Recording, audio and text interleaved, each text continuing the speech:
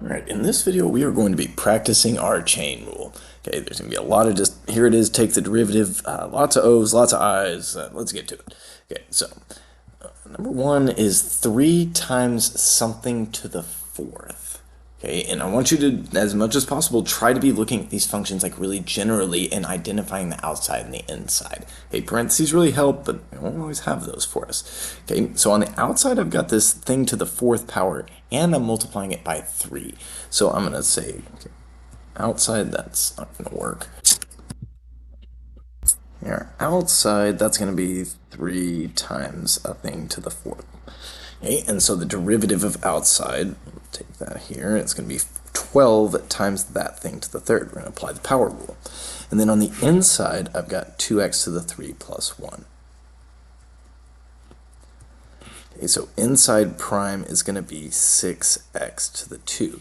And remember that, f prime of x is going to equal outside prime multiplied by inside prime. That's our principle. That's the principle of the chain. That's the idea. So what we're going to do is we're going to grab outside prime and plug it in there. So that's 12 times the thing to the third. Inside prime is 6x squared. And the thing that goes on the inside of those red parentheses is the thing that always went on the inside of the parentheses. Track it back. What went on the inside of 3 times the thing to the fourth, 2x to the 3 plus 1. Okay, there we go. All right, the next one has got 3x times this thing to the fourth. And I feel like if I was making this homework now, I'd do more just chain rule before getting into product and chain, but okay, who knows, there might be another chain rule example video coming sometime soon or approximately 1 year from now. So I'm going to say, okay, I've got 3x multiplied by this thing to the fourth. That's a product of two things. So I'm going to need to take the derivative of one while leaving the other one the same. So take the derivative of 3x, the easier one, right? That's 3, and leave 2x cubed plus 1 the same, or to the fourth the same. And then I'm going to add in leaving 3x the same. I'm going to be taking the derivative of thing to the fourth. Okay. And I know we just did it, so I'm going to go a little bit faster. Outside is that thing to the fourth. Outside prime is going to be 4 times that thing to the third. Inside is 2x cubed plus 1, meaning inside prime is going to equal 6x. Okay, and I'm realizing that I might need, I can just leave that a little bit out of the way, and then I'll say, okay, this derivative that I'm going to get using the chain rule is going to be the product of outside prime and inside prime. And since that's the new thing to us today, I'm going to be using color for that and not necessarily that's not going to be enough room, not necessarily for the product rule part of this. And then I'm multiplying by 6x for the chain rule, because it's outside prime times inside prime. The thing that goes on the inside of the parentheses and always went on the inside of the parentheses, that's 2x to the 3 plus 1. 6 times the cube root of sine x. Okay, with roots and fractions and stuff, we're going to want to write those as powers, so we can use the power rule. So that's going to be 6 times sine x to the 1/3 power. Okay, so that will make it easier for me to identify my outside and my inside. Okay, on the outside I do have that 6 times that thing to the 1/3. So outside prime, I'm going to apply the power rule. 6 divided by 3 is 2, times that thing to the 1/3, subtract 1, that would be negative 2/3. And then inside is sine x, and that means that inside prime is going to be cosine x. Okay, now if I want to take h prime of x, that's going to equal outside prime times inside prime, 2 times something to the negative 2/3 power multiplied by cosine x. What to say? Okay, what went on the inside of the parentheses was 6 to the thing to the 1/3. That was sine x to the 1/3. So it's going to be sine x to the negative 2/3. Nice. I like the contrast here. Okay, 6 sine of the cube root of x. So we've got a lot of the same pieces, but interacting in different places. Okay, so now, again, if you feel like, wait, should I use the product rule because of that multiplication right there? Then yes, you probably should. But if you're heard what I was talking about in class recently, because whatever year it was, I'm gonna have been talking about this in class recently. We don't need the product rule for a constant multiple. So I'm gonna say on the outside I've got the 6 sine. On the inside I have cube root x. Just took the derivative of that. That's going to be 1/3 x to the negative 2/3. And outside prime is going to be 6 cosine of that thing. All right, so y prime of x, that's going to equal outside prime multiplied by inside prime. And then that cube root x will still stay on the inside. And this is a perfectly fine way to display your answer. But if you wanted to combine the 6 and the 1/3, you could say that's gonna be 2 cosine of the cube root x divided by x to the 2/3 power, because of that negative exponent. But I will caution you that you can't do anything with that cube root on the inside of the cosine and that x to the 2/3 bit, because the cube root was on the inside of the cosine. Right, now we've got a fraction to the 3rd power. Ooh, I really like this one too, because this, okay, we're looking at it, I see that fraction. Am I going to need to use the quotient rule? Yes, absolutely. Okay, but at the appropriate time. And y'all always want to know, like, which one do I have to do first? It's like, well, it depends. Like, really what I've got here is the 3rd power of a thing. So I need to use the chain rule. I'm going to say on the outside, I've got thing to the 3rd power. And on the inside, I've got the quotient.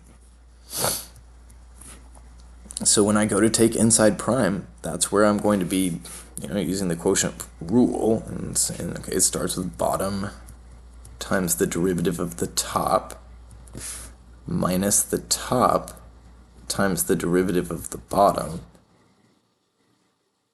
divided by the bottom squared. And then the outside prime is going to feel very easy by comparison. That'll just be 3 times that thing squared. Now, maybe I'll just wait until I need more room. Wait until I've got it all, set up. But u prime of x, that's going to be 3 times that thing squared multiplied by this big fraction over here. And I'm going to distribute. You don't have to at this point in AP Calculus. Hopefully you've gotten the message. You don't have to simplify your answer, so you can just copy that inside prime right down here where I'm writing. But I see that I'm going to have some opportunities for simplification, so I'm going to. And on the inside, I'm going to have x squared over x minus 1.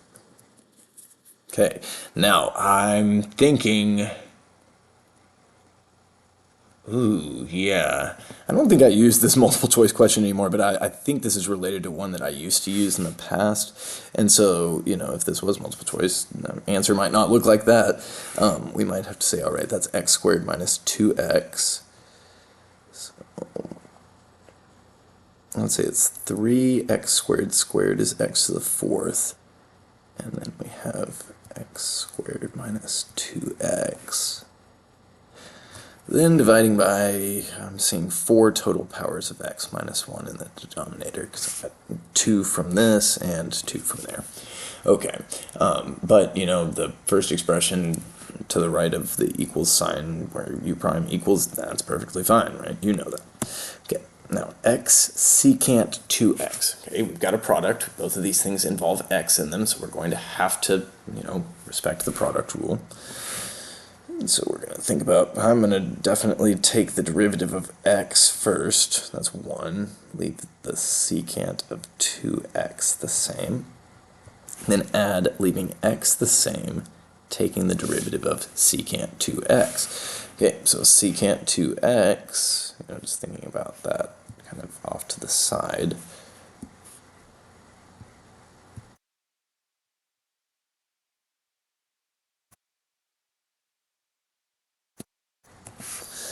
All right, so that's going to be, okay, outside is secant.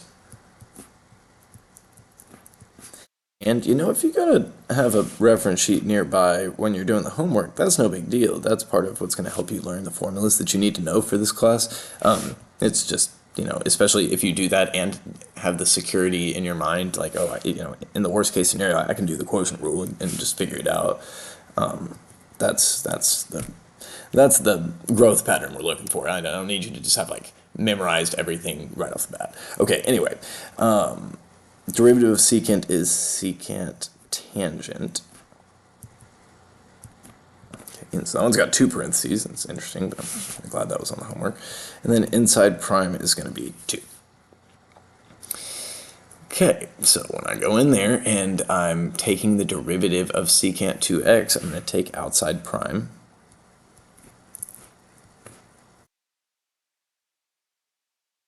And then I'm going to multiply by inside prime, which is going to be 2. And what goes on the inside of the parentheses, what always went on the inside of the parentheses, and that's looking like 2x. Okay, now this is another good one. I didn't like how this one started, but it's got some good problems in it. I probably wrote this one a really long time ago, at least 6 or 7 years ago. F of x equals e to the 2x minus 1 over log x. Okay, so I got really 2 different things happening, two different functions, but so I'm gonna work one and then do the other one separately. All right, there we go. So I'm going to just do these separately and then use the property of derivatives that the derivative of the difference of the two things is the difference of the two derivatives. So for the first one, okay, I've got e to the 2x. On the outside, I've got the exponentiation, and on the inside, I've got the 2x.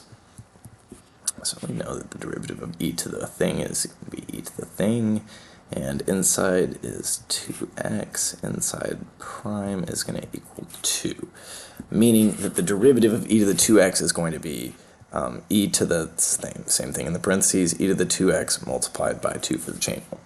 And then derivative of natural log x to the negative 1. Notice how I wrote it as natural log x to the negative 1 because that's what makes it easiest to take the derivative of, right? I could have used the quotient rule, and you're welcome to if you want. And if you did that, you're not wrong. You're going to end up with something equivalent to what I have, just less simplified.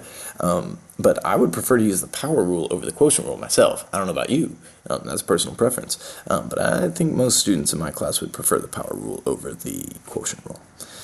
So, thing to the negative first power, its derivative is going to be negative of that thing to the negative 2 power. Inside is natural log x, and inside prime equals 1 over x. And I'm going to multiply those two things together, the negative of natural log x to the negative 2 multiplied by 1 over x. Okay, and then I'm subtracting these two things, so I could kind of combine my results and say f prime of x is going to equal 2e to the 2x plus, well, because then minus the negative, but then the negative 2 power, that's going to go into the denominator, 1 over x times the natural log of x squared. Okay, there we go. Okay, now we've got square root of cosecant of 4x. That's how you know it's an old homework. I would never put cosecant on the homework now, but what we're going to do is rewrite the square root as the 1/2 power. So cosecant of 4x taken to the 1/2 power. All right, on the outside, I've got, this one's got 3 layers. So on the outside, I've got the 1/2 power.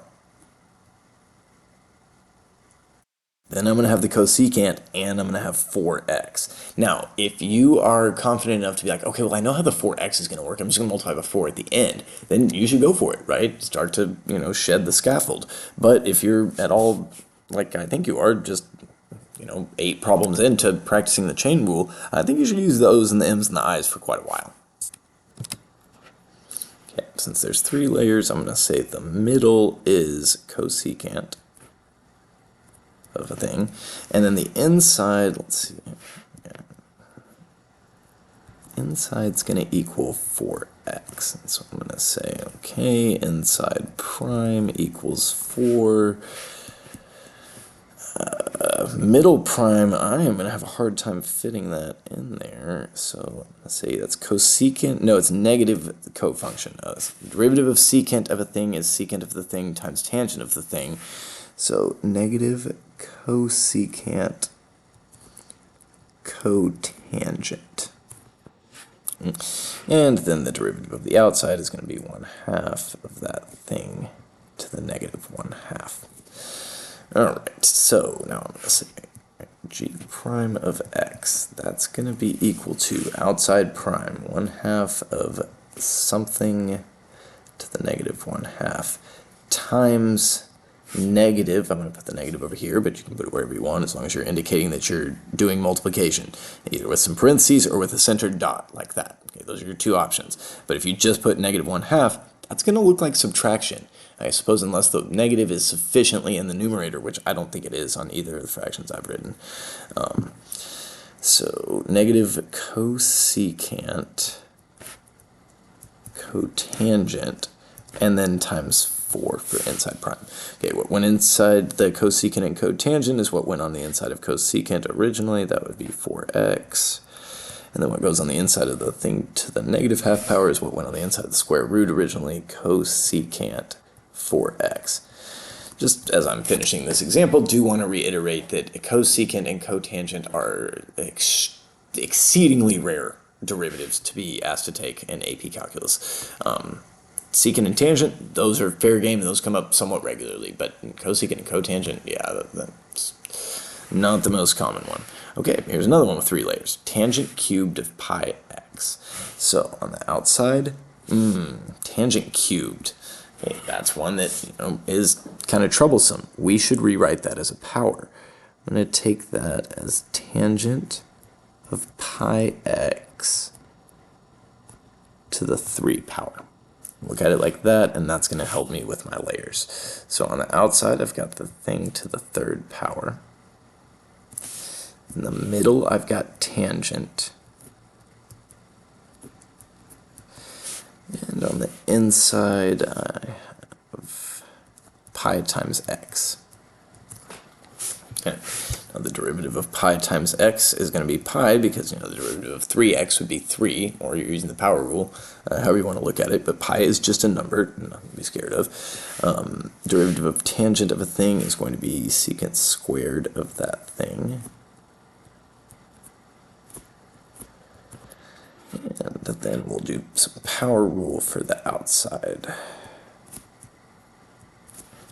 Okay, so I'm going to have h prime equaling 3 times something squared multiplied by secant squared of something multiplied by pi.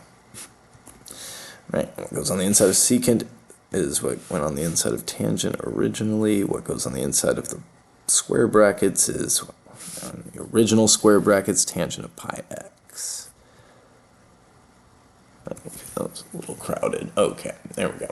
And we got one more. Okay, another product. Look, we've got 2 things, each have x, and then multiplying together, we have to respect the product rule. Okay, but... oh, okay. Now, I think I'm going to do this one a little differently. I'm not going to use the O's and the I's. I'm going to start to shed the scaffold. And I'll see, if I have a bunch of people in my room for tutoring soon, if that was a bad idea. But I think this will be all right. So, okay, on one hand, I'm going to take the derivative of cosine 3x. I think we can just, mentally imagine the O's and the I's. Alright, so outside is cosine, and its derivative is negative sine. Okay, we'll leave the inside the same, but the inside is 3x, and the derivative of 3x is 3. So I'm going to be multiplying by 3 for the chain rule, and we don't usually call it negative sine x times, or negative sine of 3x times 3, we would call it negative 3 sine x. So I'm going to write it like that. And then for this one, I'm going to say, okay, on the outside I've got sine, so my derivative is going to start with cosine. So it's going to be cosine of something. It's going to be of 2x, because that was what went on the inside originally.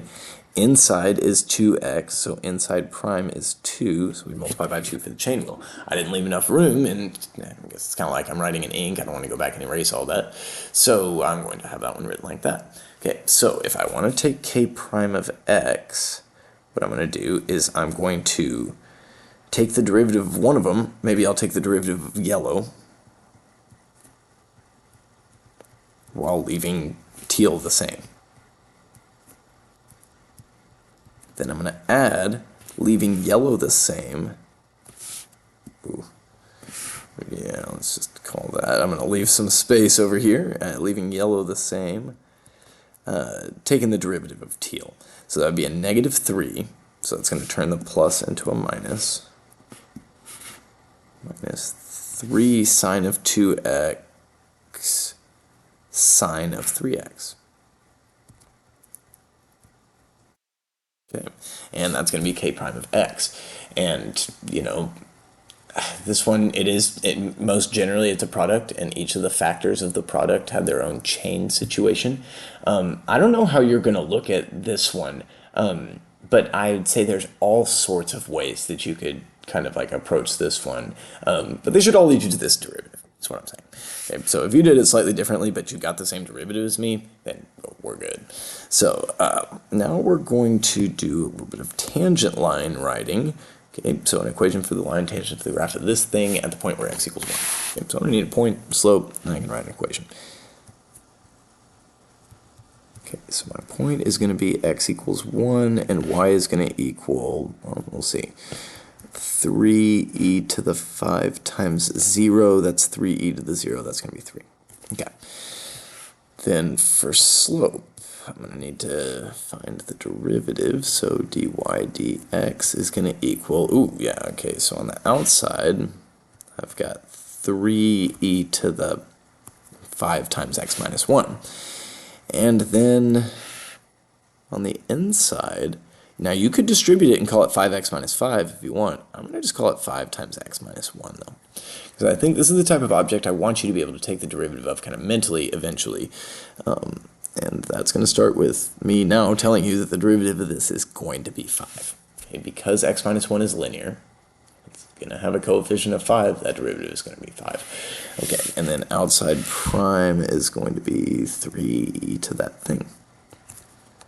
Right, now, so dy dx is going to be 3e to something times 5, that's 15e to the power of, well, the same power, 5 times x minus 1.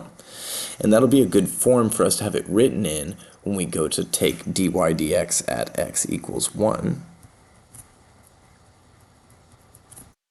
Okay, that's going to be 15e to the 5 times 0. Okay, 15 times e to the 0, that's going to be 15. Okay, so I've got a point and a slope. I'm ready to write my equation.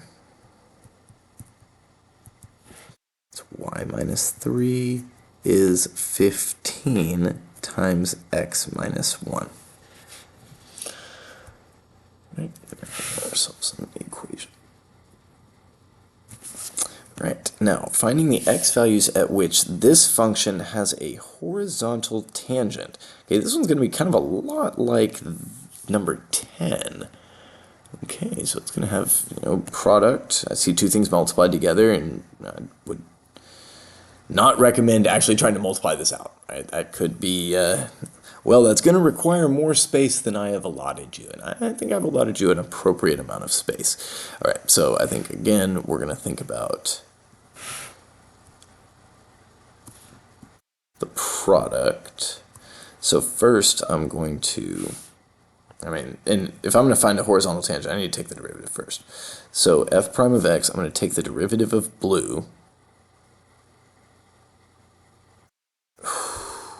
No, we do need to think about this in terms of the chain rule, because I didn't do any of these. Okay, yeah. Okay, so the derivative of blue, on the outside I've got things squared. Inside I've got x plus 1. Okay, outside prime is going to be 2 times that thing to the first, and inside prime is equaling 1. Okay, so when I take the derivative of blue, I'm going to have 2 times x plus 1 to the first times 1 for the chain rule. Okay, so good. And then I'm going to leave 2x minus 3 cubed the same. I'm going to add in for the product rule, leaving blue the same, taking the derivative of red. Okay, on the red, I've got outside is thing cubed, and on the inside is 2x minus 3. And this is the type of derivative that eventually you're going to, like the derivative of red, say the derivative of 2x minus 3 cubed, you will not need O's and I's for this. This will be the first one that you'll be like, okay, I'm ready. I'm going to say it's 3 times the thing in parentheses squared, and then I'm going to multiply by 2 for the chain rule. Okay, you'll get there, even if you're not feeling like you're there quite yet. And inside prime equals 2. Because unlike, say something else that maybe you might have struggled with earlier in the year, like the limits as x approached infinity, we haven't just been doing those every single day. We will be working with the chain rule pretty much every single day from now on. And so you will just get stronger and stronger, and it'll be great. So when I'm taking the derivative of red, I'm going to have 3 times something squared times 2, that's a total of 6, and times something squared, that would be the same thing that was on the inside for red, that's 2x minus 3.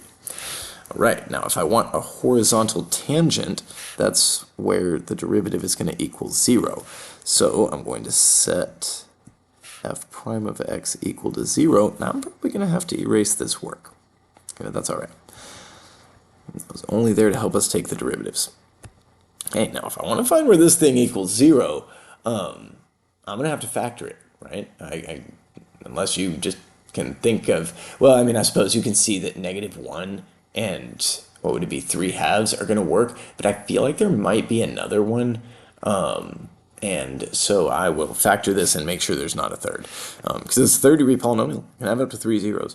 So I'm going to say, what's common to or to both of, common to the squiggly thing and the thing that's underlined with a straight line. Okay, I've got 1 power of x plus 1. I've got a 2 I can factor out. X plus 1, and then 2 powers of 2x minus 3. And then I'm left with, from the squiggly area, just a 2x minus 3. And then from the part that's underlined with a straight line, 1 power of, no, I've got the 3 from when I factored out the 2, and then 1 power of x plus 1. Yeah, that's going to have another 0. Okay, this is an algebraically pretty intensive problem. One of the more intensive problems algebraically we're going to see actually the whole year. As far as the factoring and solving that's going to be required. Okay, in the in the squared brackets, I'm going to have 2x plus 3x is 5x, because I'm going to distribute the 3 over the x and the 1. Okay, so I'm going to have 2x plus 3x is 5x. Negative 3 plus 3 is 0. Okay, and it's best we not think about how that's working, because I'm sure if you, basically if we plug in 0, I'm just so curious. 2 times 1 times negative 27 is negative 54 times 6, or plus 6 times 1 times 9. Yeah, it works. Okay, man. Should have trusted my algebra. Okay, so I've got all of that, and if those things are multiplying together to equal 0, well, that would be because one of them is equal to 0. Either 2 is equal to 0, that's not possible, that's not going to contribute a solution. X plus 1 could equal 0. 2x minus 3 could equal 0, and that would happen when x is 1.5, or 3 divided by 2, or you could subtract 3 divided by 2, and 5x could equal 0 when x equals 0. And I mean, yes, x equals 3 halves does have multiplicity 2, but in this class that's not going to be terribly relevant to us. Okay, so we're going to use the data in the table to answer questions 13 through 17. This is going to be some good old-fashioned like chain rule practice. Okay, so h prime of 3 if h of x is this formula. So all right, on the outside I've got g. On the inside I've got f. Okay, inside prime is going to be f prime, outside prime is going to be g prime. Okay, so h prime of x equals g prime of something times f prime of something. Okay, what went on the inside of f originally? That was x, and what went on the inside of g? That was f of x. Okay, so that's h prime of x. If I want h prime of 3, then I'm going to substitute in 3 for x. So I'm going to do that here. And then I'm going to go consult with the table. F prime of 3 is going to equal negative 3. Okay, and then f of 3 is 2. And since it's g prime of f of 3, I'm taking g prime of 2, and then I'm looking that up in the table. G prime of 2 is negative 1 times negative 3. That is a safe place to stop, but I'm going to call that positive 3. Now, find k prime of 2 if k of x equals f of x, or f of x squared. And so on the outside it's f, inside is x squared, meaning inside prime is 2x, and outside prime is f prime. Right, so k prime of x will be the product of f prime of something multiplied by 2x. And the thing that goes inside the parentheses, the thing that always went inside the parentheses, that's x squared. Okay, so if I want k prime of 2, that's going to equal f prime of 2 squared times 2 2's. So that's 4 f prime of 4. Now go back to the table. F prime of 4 looks like negative 4. No, it's pi. Maybe that'll come up later. So negative 4 times 4 is going to equal negative 16.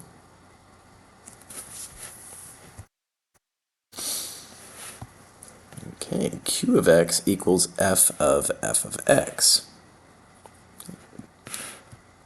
Outside is f. So outside prime is f prime. And on the inside is f of x.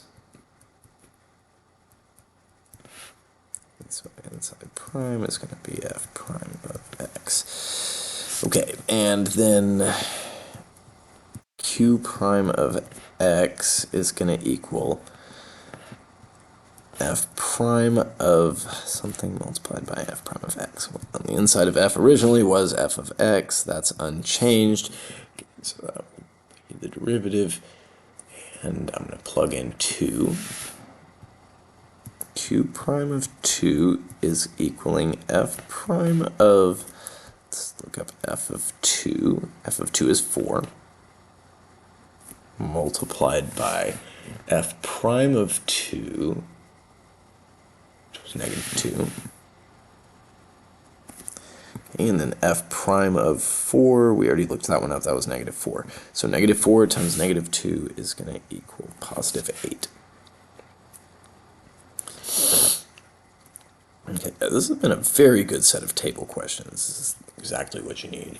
So r of x equals the square root of g of x. So we're going to rewrite that as g of x to the 1/2 power. And then I'm going to say, okay, the outside is the thing to the 1/2 power. So its derivative is going to be 1/2 of that to the negative 1/2. Then inside is g of x. inside prime is g prime of x. Okay, now if I'm wanting r prime of x,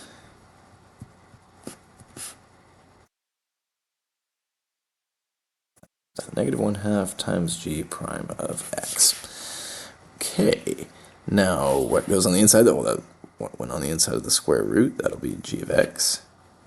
So r prime of 3 equals 1/2 of 1 over the square root of g of 3. Well, let's just look up the square, or g of 3. G of 3 is 4. And times g prime of 3. Okay, x equals 3. G prime is negative 2. Yes. Okay, so 1/2 of negative 2 is negative 1. That's going to be negative 1 over the square root of 4. Now, of course, that line that I had before was a perfectly fine place to stop, but I am going to call that negative 1 divided by 2.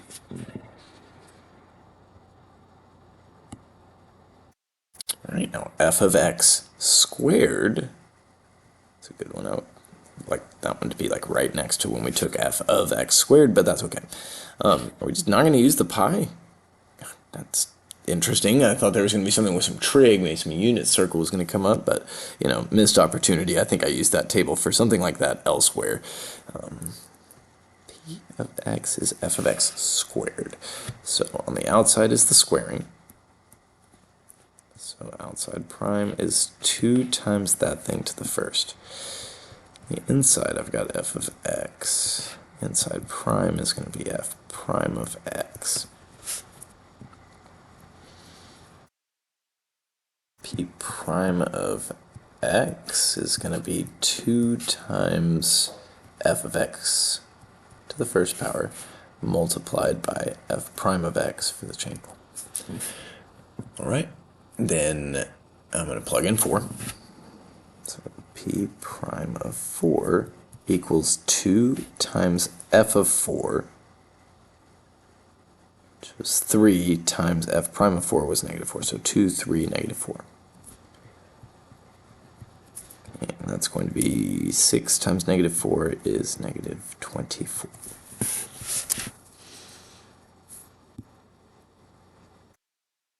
Okay, now we've got, we're on to the last page.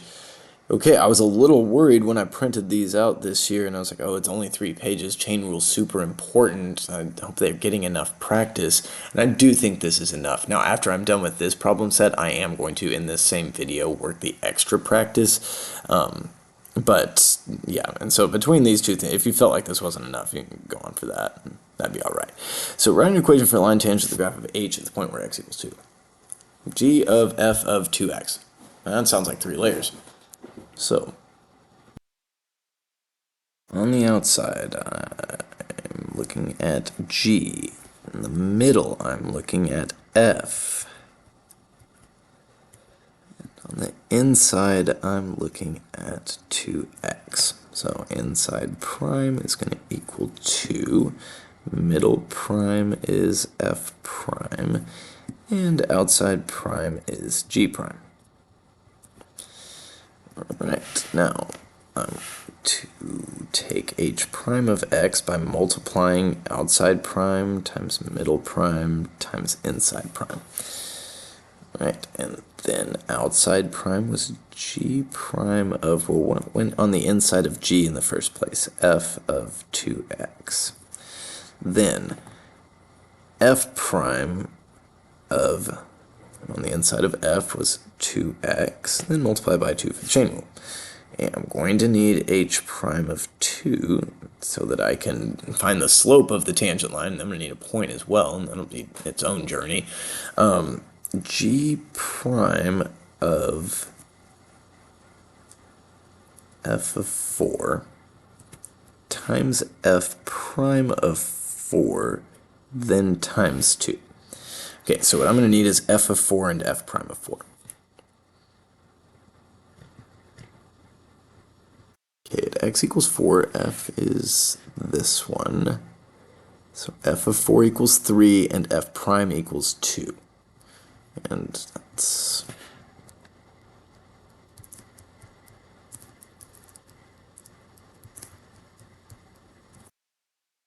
Wait, no, positive 2. It's the slope of the graph, and it's going up as I move to the right, so it's going to be positive 2. Now, I'm writing this down off to the side just in case, like I saw there's 18 and 19. I can see on the screen. So I know I'm going to use this graph twice, and it might be that I'm going at a different point, but in case we are working at x equals 4 again, that might be useful to me.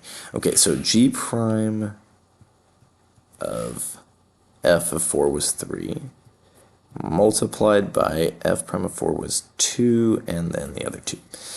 Okay, then g prime of 3, okay, 3 is right here, g has slope, okay, this whole segment, I'm kind of looking from here to there, that looks like the slope is negative 3.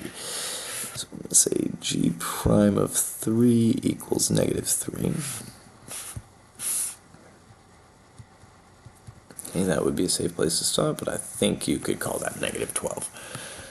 All right, but as for an equation for a tangent line, I've only found the slope of negative 12, so I'm going to need h of 2 to get my point. H of 2 is going to equal g of f of 4. And f of 4, good. Okay, f of 4 was 3. And g of 3 is going to be 2. Okay, perfect. So I've got the point 2, 2, and the slope of negative 12. So my equation is y minus 2 equals negative 12 times x minus 2. There we go.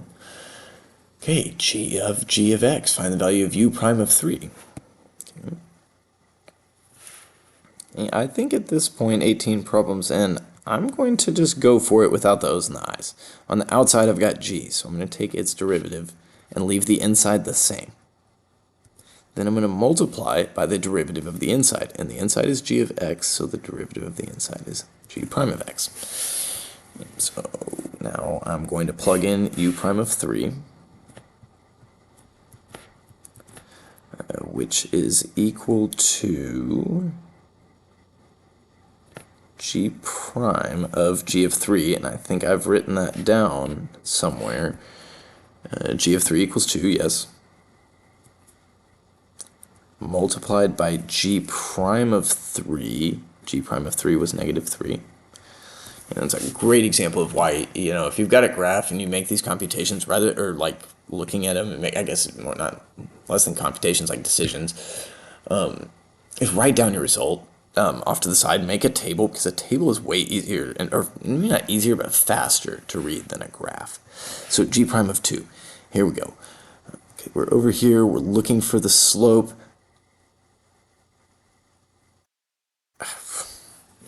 What a letdown. Yep, I just went and looked, and I have recorded this problem set before I knew about the joys of the O's and the I's. And sure enough, I got the same thing. G prime of 2 doesn't exist, so I'm going to say u prime of 3 does not exist, right? Because if I have a non-existent value times negative 3, I don't think that's going to be existing. Okay, well, this is good to know that can happen. All right, now we're going to write an equation for the line normal to the graph of y equals e to the square root x at the point where x equals 16. Okay, I think there might have been one on a homework up to this point. A normal line is perpendicular to the tangent line at the point of tangency. It used to be something that came up in AP Calculus, like kind of with the old exams, but I should be showing it to you because it's good calculus. I don't know if it's still an AP Calculus topic. I know about almost all the rest of them, but this one's kind of a mystery to me. So it's good that we do it, but not the most important thing. So for my point, I'm interested in x equals 16 and y equals e to the square root of 16. And the square root of 16 is positive 4, because that square root symbol does mean the positive square root. Okay, then for the slope, well, it's going to be perpendicular to dy dx at x equals 16. I'm going to have to do some work to find that. I got e to the square root x is the function, so on the outside I've got e to the power of, and on the inside I have square root x, x to the 1/2 power. So inside prime is 1/2 x to the negative 1/2, and outside prime is e to that same power. Getting a formula for dy dx now. That's going to be e to the power of something multiplied by 1/2 x to the negative 1/2. Okay, and the power of e is going to be the same as it always was, which is square root x. All right, so when I plug in x equals 16, I should be able to get a decent number. And that's going to be e to the square root of 16 times 1/2 times 1 over the square root of 16, because that's what the negative 1/2 power is. So 1/2 times 1 over the square root of 16, okay, square root of 16 is 4, 2 times 4 is 8, so I've got e to the 4 over 8. Okay. Now, perpendicular to a given slope is going to be the negative reciprocal of it. It's going to be the number that if we multiply the two slopes together, we get -1. So it's going to be -8 divided by e to the 4, because it's a normal line, not a tangent line. And then the equation will be y minus e to the 4 equals -8 divided by e to the 4 multiplied by x minus 16. Okay, that's a normal line. And that was a pretty decent set of problems, and it took 46 minutes for me to do them, but I went through all the details with the O's and the I's. Hey, if you feel like you need more practice, let's keep going. Let's work the extra practice problems. Alright, actually I've had a change of heart. I didn't realize I had this many extra example problems. This is basically a whole other homework. So I'm going to be not doing that on this video. I don't want this to be 2 hours or anything. So I'm going to call it for this one. I'm going to say thanks for watching.